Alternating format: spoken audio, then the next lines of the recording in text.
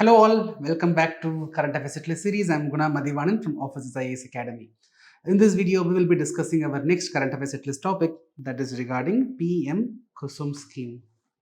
Friends, do you know 80% of our groundwater is being used by agriculture sector.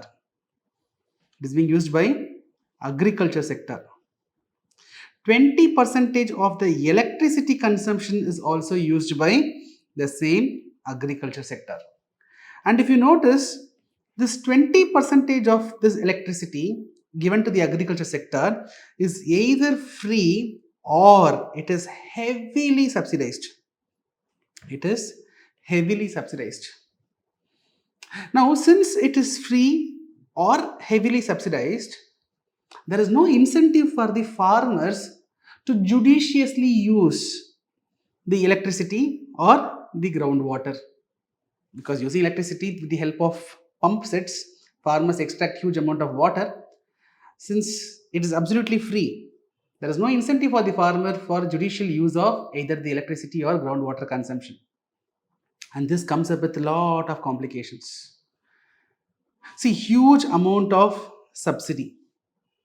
That is putting huge burden on the government, and also the power distribution companies, discoms, we refer it as discoms, power distribution companies, they are running at loss. They are not able to make money. They are running at loss.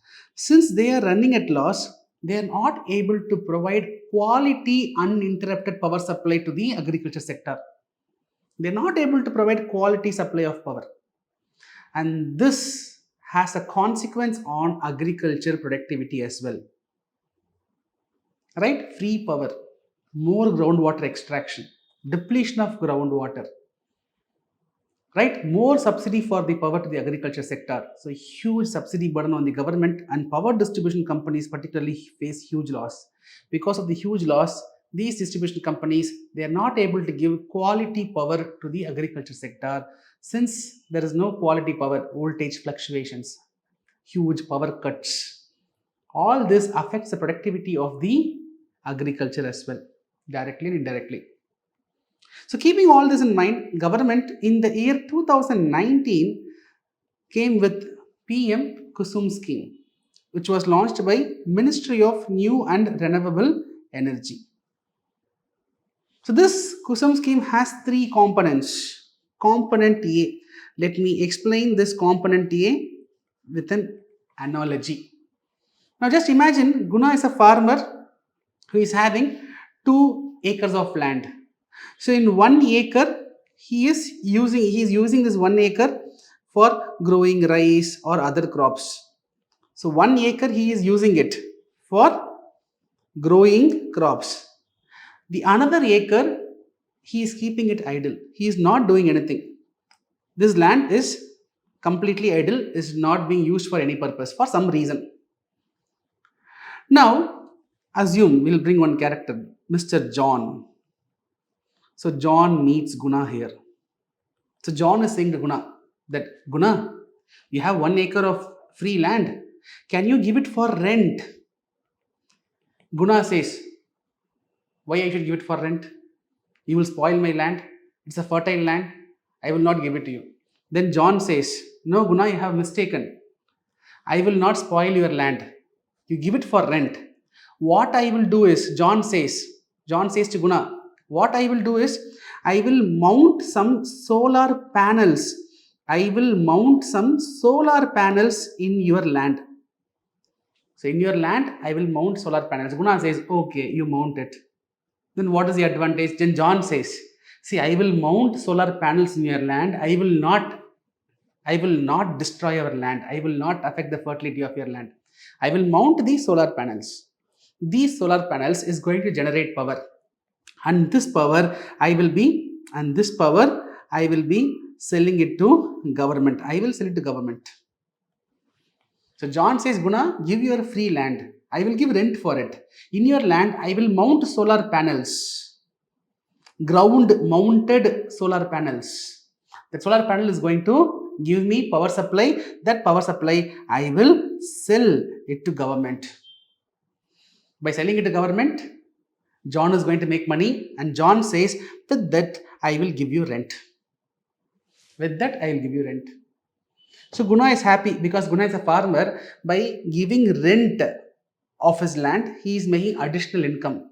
John is also happy because of this. John is becoming an entrepreneur, and he is going to create jobs also, and he is also going to increase the power supply availability in the country. So ground mounted solar panels in the free lands, in the free agricultural lands, that is the objective of component A. Friends, remember here John can come and he can take it for rent, or Guna the farmer himself, assume that Guna farmer is reading newspaper, he is aware of current affairs, then Guna farmer, he himself can use his land, a portion of his land, for mounting the solar panels to generate power, sell it to government, make additional income. Right? So component A I have explained. Now what is component B? Let me explain about component B. So in component B, let's take Guna. Guna is a farmer, has 2 acres of land. In his 2 acres of land, he is having a pump set. Diesel run pump set. Right? So using this diesel run pump set, he extracts water from the ground, and he is using this water for farming purposes in his cultivable land. Now what is the problem here? This diesel pump set, as it is run on diesel, so to purchase diesel, the farmer has to spend some money, and year after year the diesel price is also increasing. So this is putting more burden on the farmer's input cost. Right? So farmer has to spend more money for doing the cultivation because diesel price is increasing. Another general problem of diesel is it is highly polluting. Right? Carbon emission. It is highly polluting. It also causes carbon emission that can even lead to global warming, other consequences. Right? Country as a whole is also dependent on other countries for importing diesel. So this diesel is not just a problem for Guna. This diesel is a problem for entire country. So now the objective of component B under PM Kusum scheme is solarization of this diesel run pump set. Solarization, that is, it should not be a diesel based pump set, it should be a solar based pump set. So if I convert this pump set into solar powered, then what is the advantage? I need not depend on diesel. I need not buy diesel. I need not spend more. If I have a solar pump set, then my input cost is going to reduce. Dependence on diesel is going to come down. It is not just good for Guna, it is good for the entire country. Not polluting. Carbon emission will be less. Country's import can be reduced.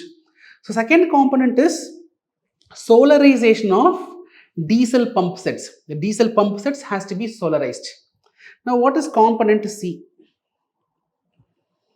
The scheme has 3 components. So component C. So in component C, so Guna has 2 acres of land, and he is also having a pump set, but this is not a diesel pump set. This pump set is connected to the existing power grid.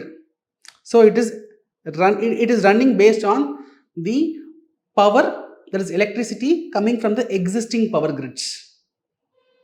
Right? Using the regular electricity, this pump set is actually running. So component C talks about pump set which is already connected to the existing power grid. Component B is not like that. It is completely diesel run, standalone diesel run pump set. But component C, I am taking a pump set which is power connected, already grid connected. Now, the idea is to convert this power connected pump set into solar pump set. That is, remove this power connection, and you make it solar powered.